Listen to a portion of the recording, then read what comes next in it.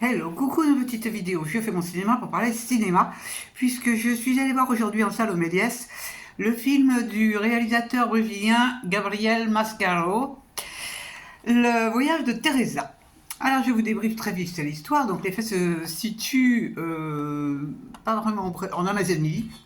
Et Teresa, qui a 75 ans, elle a toujours vécu là, et elle travaille dans une usine d'ailleurs. Quand on lui apprend qu'elle va devoir s'arrêter de travailler, parce qu'il y a une raison qui vient du gouvernement, une espèce de loi, qui demande aux personnes âgées de s'installer dans une colonie réservée aux personnes âgées. Et donc, pour profiter de leurs dernières années. Et Teresa, elle n'est pas d'accord. Elle n'est pas d'accord du tout, et donc elle va prendre la fuite. Alors, prendre la fuite parce qu'elle a envie de réaliser un rêve qu'elle a depuis longtemps, c'est-à-dire de prendre l'avion. Et le problème, c'est quand elle veut prendre un billet d'avion, on lui demande sa carte d'identité et on appelle sa fille, parce que ce sont les enfants qui deviennent responsables et qui doivent donner les ordres pour les parents. Alors, évidemment, la fille, elle dit non. Donc Teresa, elle ne peut pas prendre l'avion comme elle veut. Donc elle va trouver un autre moyen. Elle est rusée comme un sioux et très mobile, hein, très très mobile, malgré ses 75 ans ou 77 ans.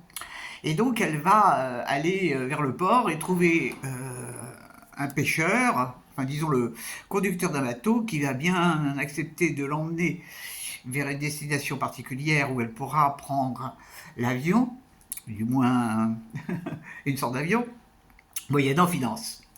Donc elle va voyager avec cet homme qui va lui apprendre des choses, qui va lui apprendre à conduire un bateau, qui va lui apprendre aussi qu'il y a des escargots qui bavent couleur bleue et que cette substance est magique.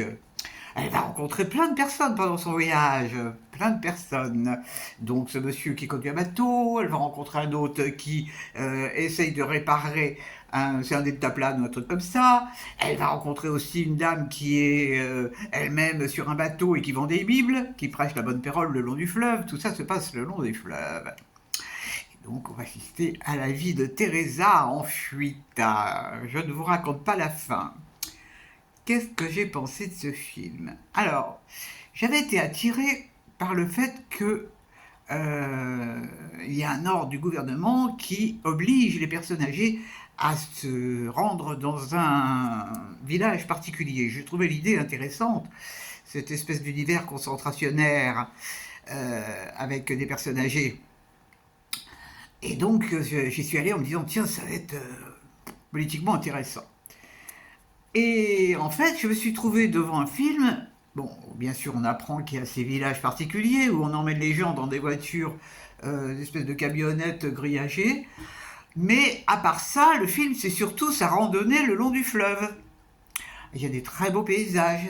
C'est très beau ce fleuve, hein, en Amazonie, c'est magnifique, vraiment très très beau. Mais en dehors de ça, je dois dire que il n'y a pas beaucoup, alors qu'il y aurait beaucoup, enfin pour moi il y avait beaucoup à dire sur le fait que ce soit les enfants qui deviennent responsables des parents, alors que ceux-ci ont toute leur tête. Hein. Il est beaucoup question d'argent aussi, parce que finalement on comprend dans le film qu'à partir du moment où tu as de la monnaie, tu peux échapper à ce système. Mais rien n'est vraiment approfondi par le réalisateur. C'est suggéré. C'est au spectateur de faire le boulot dans sa tête. Je déteste ça. Je déteste ce genre de réalisation où c'est au spectateur de... Bon, moi j'aime bien réfléchir après un film, mais je n'aime pas faire tout le boulot. Voilà. En fait, c'est ça, je n'aime pas faire tout le boulot. Alors, le voyage de Teresa, ça m'a assez moyennement plu, parce que bon, c'est vrai que c'est joli de voir l'Amazonie, de voir le fleuve, mais à part ça, c'est pas passionnant du tout. Bon, la chose chouette quand même, c'est que ça dure pas de plombe. Ça dure 1h20. Donc, ouf, j'ai échappé au pire. C'est pareil à la fin, elle est avec cette dame qui apparemment a de l'argent, mais on ne sait pas vraiment ce qu'il y a entre elles. Euh, et puis la fin, on ne sait pas. Ça s'arrête tout d'un coup. Il n'y a pas de fin. Je n'ai pas besoin de vous raconter la fin, mais il n'y a pas de fin. Alors, je suis ressortie du film pas très contente. Et alors c'est assez rigolo parce que, bon bah, étant âgé moi-même, je regarde, je me sentais concerné par la question.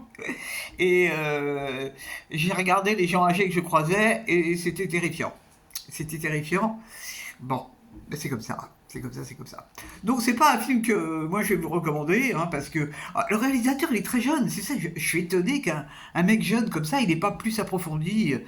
Il y avait vraiment matière au fait que les vieux sont, paraît-il, mis de côté. Euh, c'est pas nouveau, c'est pas nouveau.